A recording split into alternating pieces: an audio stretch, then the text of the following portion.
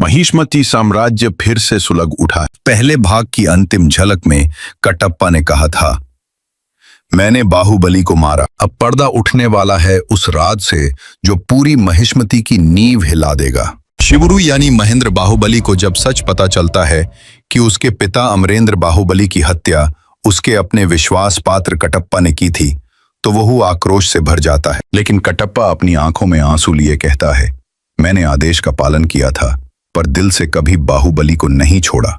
अब कटप्पा सुनाता है पूरी कहानी। अमरेंद्र बाहुबली की प्रेम कहानी और षड्यंत्र। अमरेंद्र जब राज्य का राजा बनने वाला होता है तो वह कुंतल राज्य की राजकुमारी देवसेना से प्रेम करने लगता है। लेकिन राजमाता शिवगामी को एक षड्यंत्र के तहत यह यकीन दिला दिया जाता है कि देवसेना उनका अपमान कर रही है और बाहुबली राजपाट की बजाय प्रेम में डूब गया है। अमरेंद्र जब राज्य का राजा बनने वाला होता है तो वो कुंतल राज्य की राजकुमारी देवसेना से प्रेम करने लगता है। यह षड्यंत्र रचते हैं भल्लाल देव और उनके पिता बिज्जल देव। राजमाता क्रोधित होकर राजगद्दी भल्लाल देव को सौंप देती हैं और बाहुबली को राज्य का रक्षक बना देती हैं। कटप्पा की मजबूरी और हत्या। राजगद्दी छीनने के बावजूद बाहुबली अपनी प्रजा से प्रेम करता है और देवसेना के साथ खुशहाल जीवन बिताता है। राजगद्दी छीनने के बावजूद बाहुबली अपनी प्रजा से प्रेम करता है और देवसेना के साथ खुशहाल जीवन बिताता है।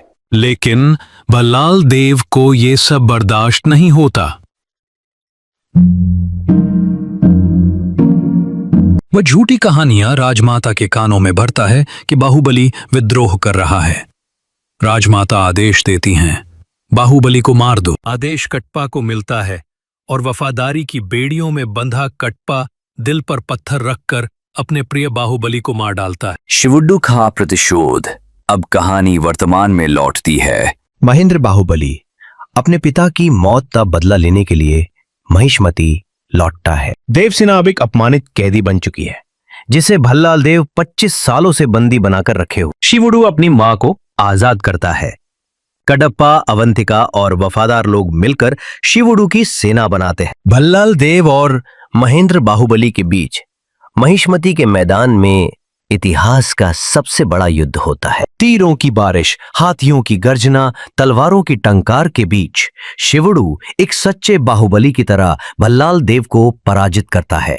भल्लाल देव को उसी जलते हुए अग्निकुंड में जलाया जाता है जहां उसने देवसेना को वर्षों तक बंदी बनाकर रखा था। महेंद्र बाहुबली को महिष्मती का सम्राट घोषित किया जाता है। देवसेना अपने पुत्र को देख मुस्कुराती है। कटप्पा अपने पापों से मुक्त महसूस करता है।